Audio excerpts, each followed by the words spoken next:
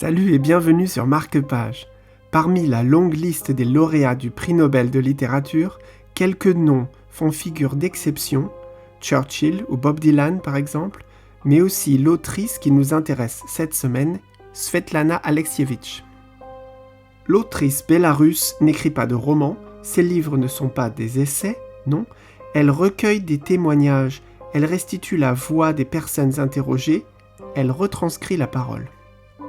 Alexievitch écrit sur tout, et souvent sur les sujets qui fâchent. Dans les cercueils de zinc, elle revient sur le fiasco russe mené en Afghanistan. Elle a été traînée devant la justice pour ce livre. Certains de ses textes sont interdits dans son pays. Alors elle s'est exilée. Elle vit en France, en Suède, à Berlin, courageuse citoyenne du monde. En 1997 paraît La Supplication, livre inoubliable sur la catastrophe de Tchernobyl.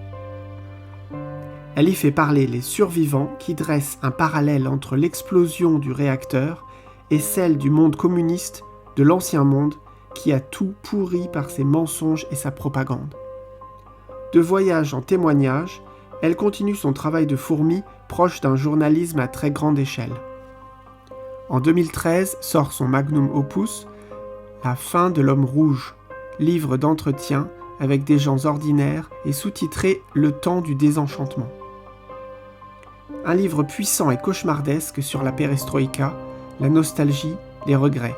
La Russie devient attachante, complexe, paradoxale et monstrueuse, menée par des voyous, des tueurs, dans un pays où la poésie semble être partout.